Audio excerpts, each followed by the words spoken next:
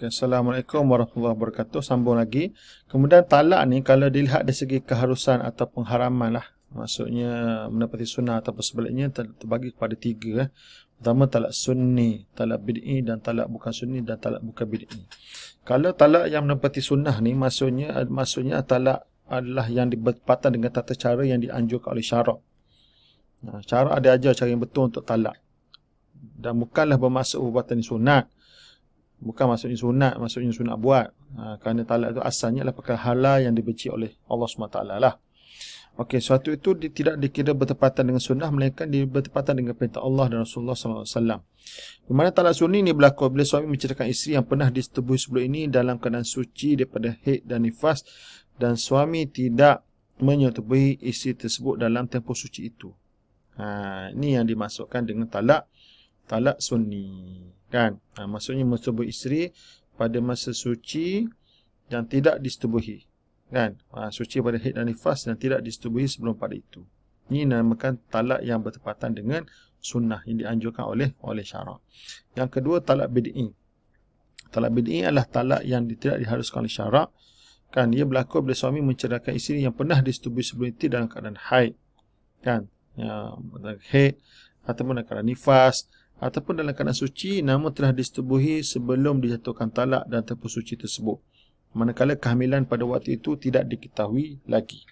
Dan perbuatan ini haram dan berdosa kerana dia bertentanganlah dengan cara yang dianjurkan oleh syarak untuk menceraikan isteri. Walau bagaimanapun, kalau diceraikan juga isteri dalam keadaan ini, talak tetap jatuh. Namun perbuatan ini haram dan berdosa. Dan dalam keadaan ini sunat bagi suami untuk merujuk kembali isterinya. Ini dia punya hukum talak bid'i lah. Kemudian yang seterusnya di mana talak bid'i diharamkan kerana dia mudaratkan isteri, kerana dia akan menyebabkan tempoh iddah itu menjadi panjang, kerana tempoh haid dan nifas itu tidak dikira sebagai tempoh iddah.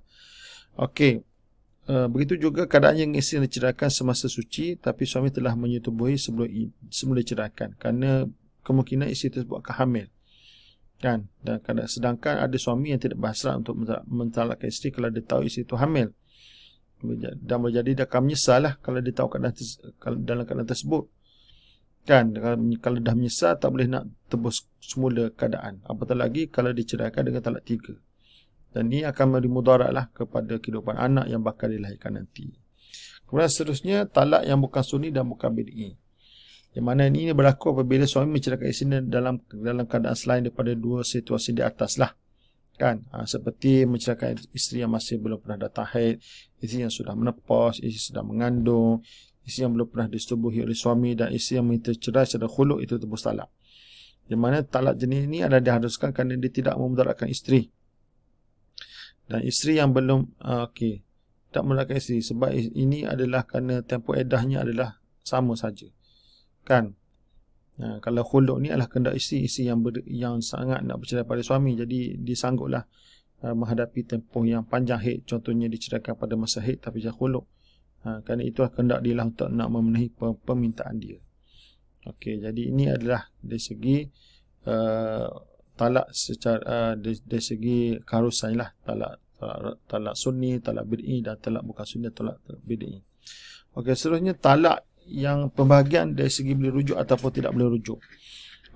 Pertama kita bagi talak raj'i dan talak ba'in. Ba'in itu pula ada talak ba'in sughra dan talak ba'in kubra. Talak raj'i ini maksudnya suami boleh rujuk semula pada isteri dan tempoh iddah tanpa perlu pada akad dan mas kahwin yang baru.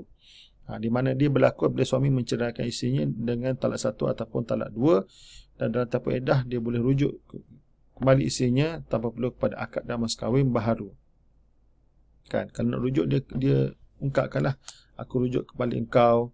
Kan? Aku rujuk engkau dengan berdasarkan akad dan mas kahwin terdahulu. Maka dengan ungkapan tersebut, maka sahlah rujuk itu. Dan kata-kata suami ini sunat disaksikan oleh dua orang saksi. Kan? Sunat.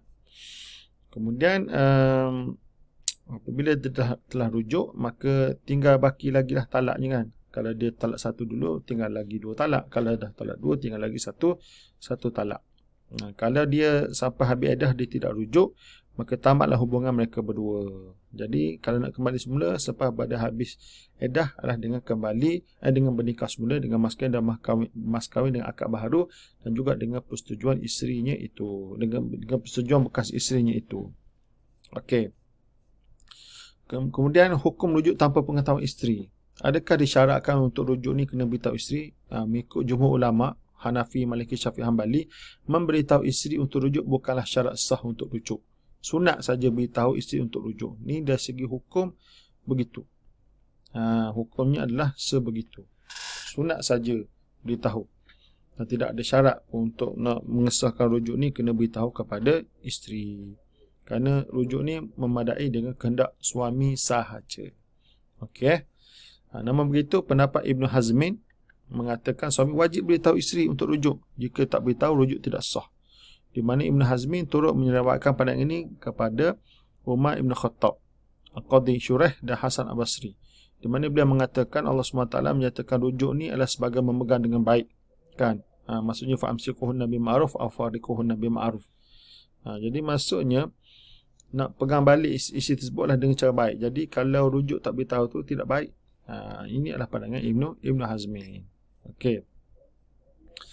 Itu pandangan dia. Kemudian tentang rujuk ni, apa kata section 8 pada section 8 dan 9, section 49 Undang Undang Terengganu, dia kata jika selepas ditalak secara raj'i suami melapaskan rujuk dan isteri telah bersetuju dengan rujuk itu, isteri boleh atas permohonan suami dipintakan oleh mahkamah supaya hidup semula sebagai suami isteri. Ini kalau setujulah kan.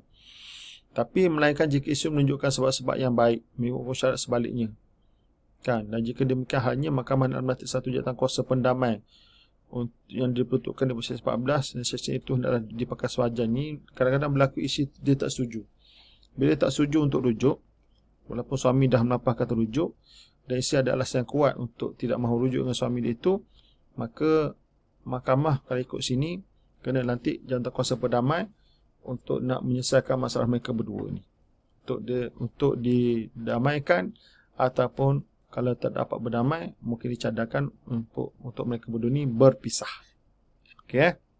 Dan selepas talak raj'i, suami melepaskan rujuk tapi isteri telah tidak bersetuju terhadap rujuk itu kerana sebab-sebab yang dibenarkan oleh hukum syarak, dia tidak boleh diperintahkan oleh mahkamah supaya hidup semula sebagai suami isteri.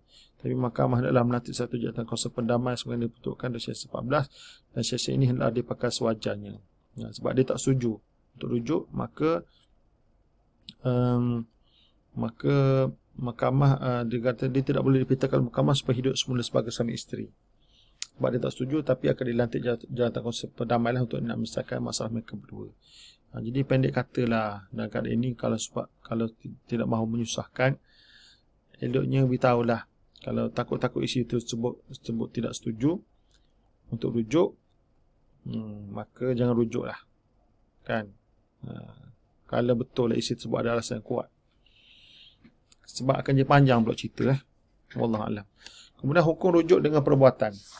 Macam mana? Jadi tak dengan perbuatan? Contohnya, macam berlaku persetubuhan. Adakah itu dikira sebagai rujuk? Okey, menurut mazhab Syafi'i tidak sah rujuk dengan perbuatan. Sama ada dengan persetubuhan ataupun mukadimah persetubuhan. Sama ada niat ataupun tak ada niat, tak sah rujuk.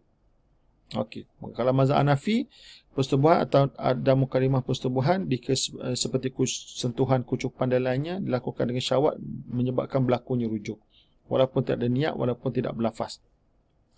Mazhab Maliki berkata sah rujuk dengan perbuatan seperti persetubuhan dan mukadimah persetubuhan seperti kucupan dengan syahwat, dengan syarat suami berniat untuk merujuk isterinya dengan perbuatan itu. Kena ada niat.